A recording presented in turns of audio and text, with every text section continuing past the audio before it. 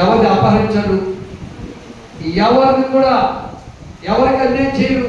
కాబట్టి వాళ్ళకి కొన్ని కష్టాలు వస్తాయి, వాళ్ళకి కొన్ని ఇబ్బందులు వస్తాయి, వాళ్ళకి కొన్ని కరువులు వస్తాయి.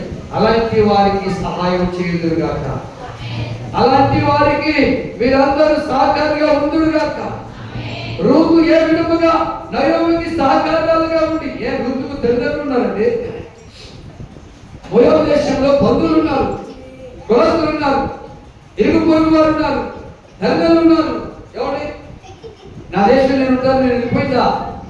వాళ్ళ భక్తిహీనులు.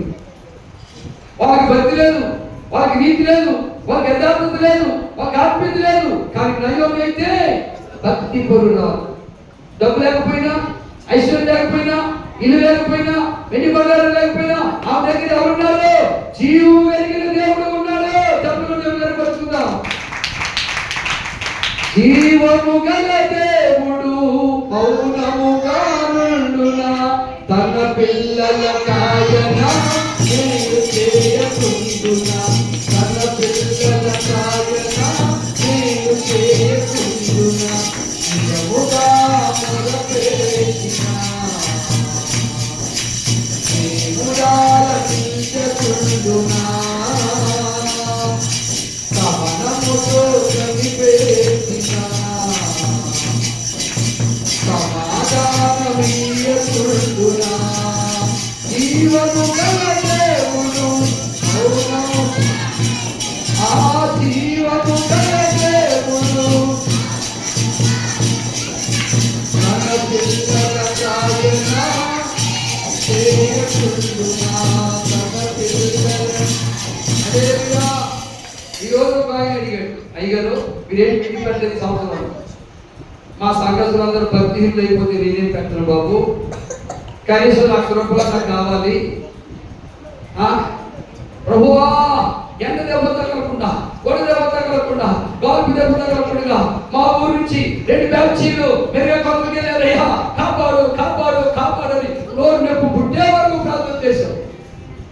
ఏమన్నారు వాళ్ళు వచ్చి, అయ్యగారు 30,000 తెచ్చా, 3,000 దశభాగాలు ఇస్తారేమో, ఆ డబ్బులతో అన్నా మీటింగ్ పెడదాం అనుకున్నా. ఇంకేం పెట్టకపోతే అని అంటున్నాను.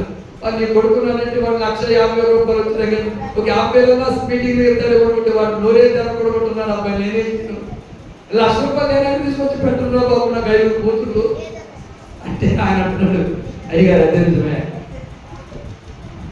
మీటింగులు పెట్టకపోవడానికి కారణం మీది. భక్తిహీనుడు. ఒక భక్తి పడును సహాయం చేయడానికి ముందుకు రాదు, ఒక భక్తి పడిని ఆదరించడానికి ముందుకు రాదు, ఒక భక్తి పడి యొక్క ఆశను నెరవేర్చడానికి ముందుకు రాదు. మాకు చూస్తే 480, 400, 500 లోపే ఎవరి కానుక. వాటిలో ఏం మీటింగ్లు పెడతాం,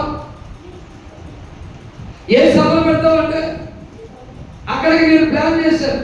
మా తమ్ముడు ఒక ఆయన ఉన్నాడు, అన్నయ్య నువ్వు మీటింగ్లు పెట్టు, నేను లైటింగ్ నాదే, సౌండ్ చేస్తున్నది అన్నాడు. అక్కడికి లెక్కేసుకుంటే ఏమండి, సంగీతం వాయించే వాళ్ళకే 10,000 అండి 3 రోజులు. ఎవరు ఇవ్వడానికి ముందుకు రాదు, వ్యర్థమైన వాటికి వచ్చి పెడతారు. మరి ఇక్కడ ఉన్న వాళ్ళు ఏమన్నా పనులు లేకుండా ఉన్నారా? ఆటోలు వెళ్ళిపోయారు, టికెట్ ఆటోలు వెళ్ళిపోయారు, చుట్టుకుంటూ ఆటోలు వెళ్ళిపోలే అక్కడే మరి పడదామన్నారా? ఏమి మా దగ్గరే ఉంది పూర్తి తప్ప పూర్తిగా. అందుకే మీటింగ్ ఆగిపోయి ఆన్లైన్ ప్రార్థన జరిపిస్తున్నాం. ఎందుకంటే ఆన్లైన్ ప్రేయర్కి నాకు దాదాపు ₹5,000 ఖర్చు అవుతుంది.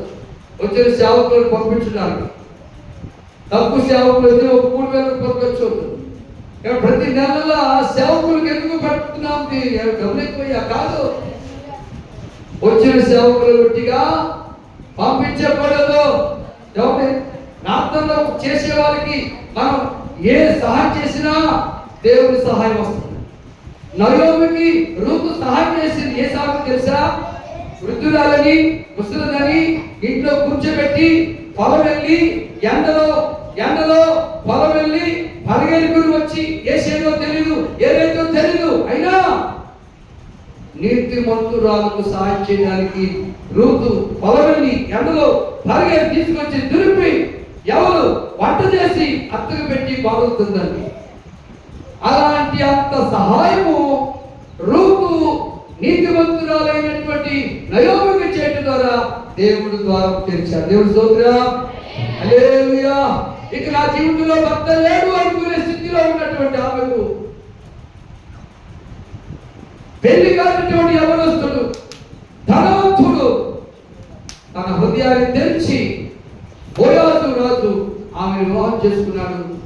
ఆమె గర్భంలో నుంచి యేసుక్రీస్తు వంశావళి వచ్చింది. సంపూర్ణమా? హల్లెలూయా. ఆశీర్వాదము. కాబట్టి నీతిమంతులకు సపోర్ట్ చేయి, ప్రార్థన పనులకు సహకరించారు, ఆత్మీయులకు సహకరించారు. అందుకే యెహోషాపాతు ప్రవక్తలు చెప్పిన మాట ఏంటంటే, నీవు భక్తిహీనులకు సహాయం చేయడానికి వెళ్ళావు కనుక యెహోవా శత్రువులకు నీవు స్నేహితుడు అయ్యావు కనుక దేవుని కోపం మన మీదకి, దేవుని కోపం రాకుండా ఉండును గాక. మనం నీతిమంతులకు స్నేహితులుగా సహకారులుగా ఉండుము గాక. ఈ మాటలు మన హృదయాలు ఫలింప చేయడు గాక. ఆమె వశమాగిపోయింది గాక. మోకరించి ప్రార్థన చేసుకున్నాం.